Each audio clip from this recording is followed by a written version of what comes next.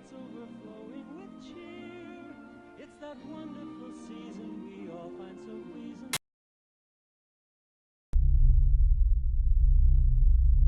This photo went viral the day before the last store closed. 33,000 workers. Out on the street, most got no severance. But here's what doesn't make sense. 1 out of every 5 toys sold in America came from this store, $13 billion in revenue. They were profitable. So why were they paying $500 million a year in interest on debt that someone else put on them? In 2005, 3 private equity firms put in $1.3 billion. They walked out owning a company worth $6.6 billion. The difference? $5 billion in debt loaded onto the company to pay for itself. 13 years later, dead. The private equity firms? They'd already taken $200 million in fees. This is the story of how Wall Street killed the place where childhood happened. It's 1948. World War II is over and America is experiencing something unprecedented. A baby boom. 25-year-old Charles Lazarus notices something. Everyone around him is having kids. Lots of kids. He opens a small store in Washington, D.C., selling children's furniture. Cribs, high chairs, the basics. But customers keep asking the same question. Do you sell toys? Lazarus listens, and in 1957 he opens the first Toys R Us. It's revolutionary. A category killer store. Massive selection. Supermarket-style shopping. If a toy exists anywhere in the world, you can find it at Toys R Us.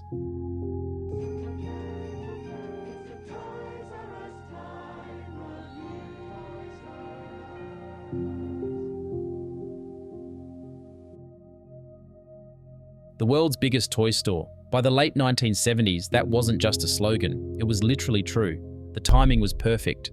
No internet, no smartphones, no streaming. If you wanted entertainment, you left the house. And shopping wasn't a chore. It was an experience.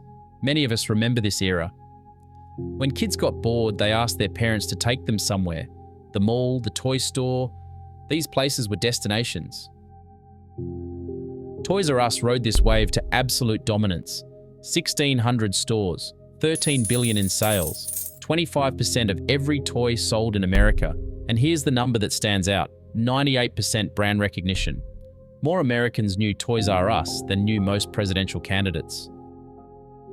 With that kind of market share, Toys R Us had power, real power. Launch a toy without their support? Good luck. Get prime shelf space? You might have the next Cabbage Patch Kids. The next Tickle Me Elmo. Suppliers competed for their attention. Toy companies lived and died by Toys R Us decisions. When Charles Lazarus retired in 1994, he left behind what seemed like an untouchable empire. But empires don't last forever, and trouble was already brewing. Here's what most people don't realize. In the 1980s and early 90s, your typical Walmart or Target was about half the size it is today. When those stores doubled in footprint, they suddenly had room for something new, massive toy sections. The math was brutal for Toys R Us. Mum is already at Walmart for groceries. The kids are with her, making an extra stop, dragging kids through another store, that's a hassle. And Walmart and Target aren't trying to stock everything.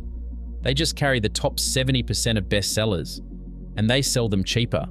Convenience plus price beats selection every time. But an even bigger threat was coming, e-commerce. In the year 2000, Toys R Us saw the internet coming, and they responded by making possibly the worst decision in retail history. They signed a deal with Amazon. Amazon paid Toys R Us $50 million a year. In exchange, Toys R Us would be the exclusive toy seller on Amazon.com. That's worth repeating. Toys R Us, a company whose entire value was in being the place to buy toys, gave Amazon permission to become the place to buy toys online. And then Amazon did what Amazon does. They started listing toys from other sellers anyway.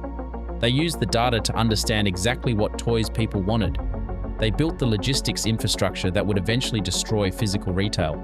Toys R Us sued. They actually won the lawsuit. But here's the thing that most people miss. It didn't matter. The damage was done. Amazon had learned everything they needed. The future belonged to e-commerce.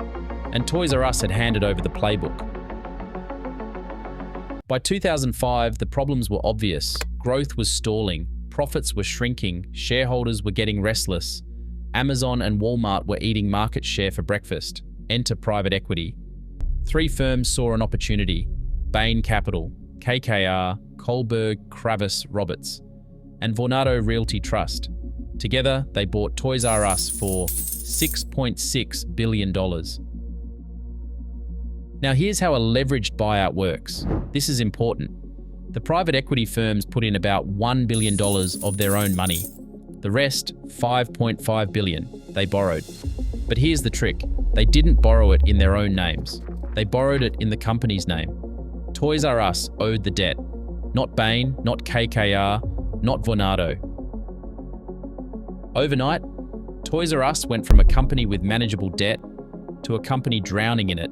$5 billion in obligations, $400 million a year, just in interest payments. To put that in perspective, Toys R Us would need to open 40 new stores every single year just to keep up with the interest on the debt in a shrinking market. While fighting Amazon and Walmart, it's like running a race with your shoelaces tied together while your competitors are in running shoes.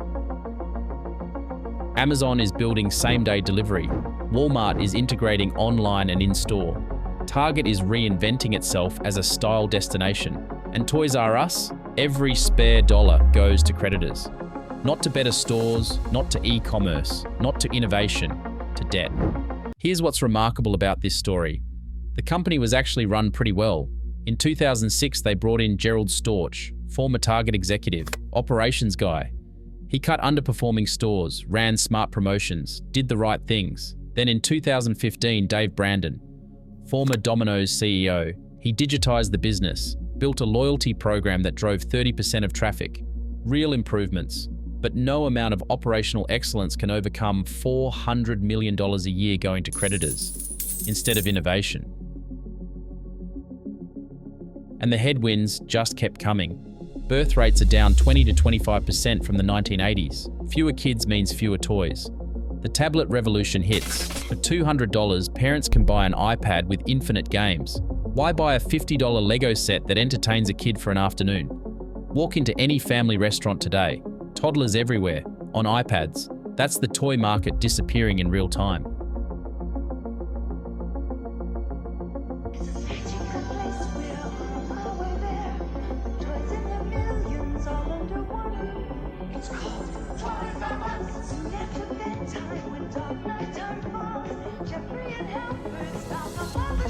The magical place. That's what it was supposed to be. Toys in their millions, all under one roof. But the magic was fading, and the debt was coming due. September 2017. News leaks that Toys R Us is considering bankruptcy. The timing couldn't be worse. September is peak stocking season. This is when retailers fill their shelves for the holidays, for Black Friday, for Christmas. When suppliers hear bankruptcy, they panic. If Toys R Us files, maybe they don't get paid, so they stop shipping. For now, they remain open, but 64,000 employees at 1,600 stores may wonder whether the exit sign could, at some point, be for them. Toys R Us bankruptcy filing is among The shelves are empty, the most important selling season of the year, and there's nothing to sell. Black Friday is called Black Friday because it's when retailers get into the black, when they become profitable for the year. Without inventory, there's no profit, there's no survival. A $2 billion emergency loan keeps them alive through the holidays, but the writing is on the wall. In March 2018, it's over. Toys R Us announces liquidation. 735 stores closing, 33,000 workers losing their jobs. Most of them get no severance. Jeffrey the giraffe is done. And Charles Lazarus, the 25-year-old who started it all in 1948, dies 1 week later. He was 94 years old.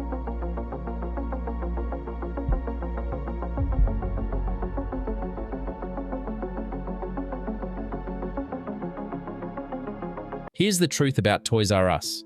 It was a fundamentally good business. Kids need toys. Parents want to buy toys for their kids. The brand was beloved, 98% recognition. Could they have survived Amazon? Probably, with investment in e-commerce. Walmart and Target? Possibly, with better in-store experiences. Declining birth rates? Sure, by expanding into new categories. The tablet revolution? Maybe, by becoming a destination again. What they couldn't survive was $5 billion in debt, $400 million a year in interest, zero room to maneuver. The private equity firms walked away. They made their fees, they extracted their dividends, and when the company died, they moved on to the next deal. Debt is a two-edged sword. In the right circumstances, it accelerates growth. In the wrong circumstances, it kills. For Toys R Us, it was a death sentence, written in 2005, executed in 2018. 33,000 workers lost their jobs. Most got no severance. The private equity firms, they're still in business. If you found this story valuable, consider subscribing. We investigate these corporate stories every week. See you in the next one.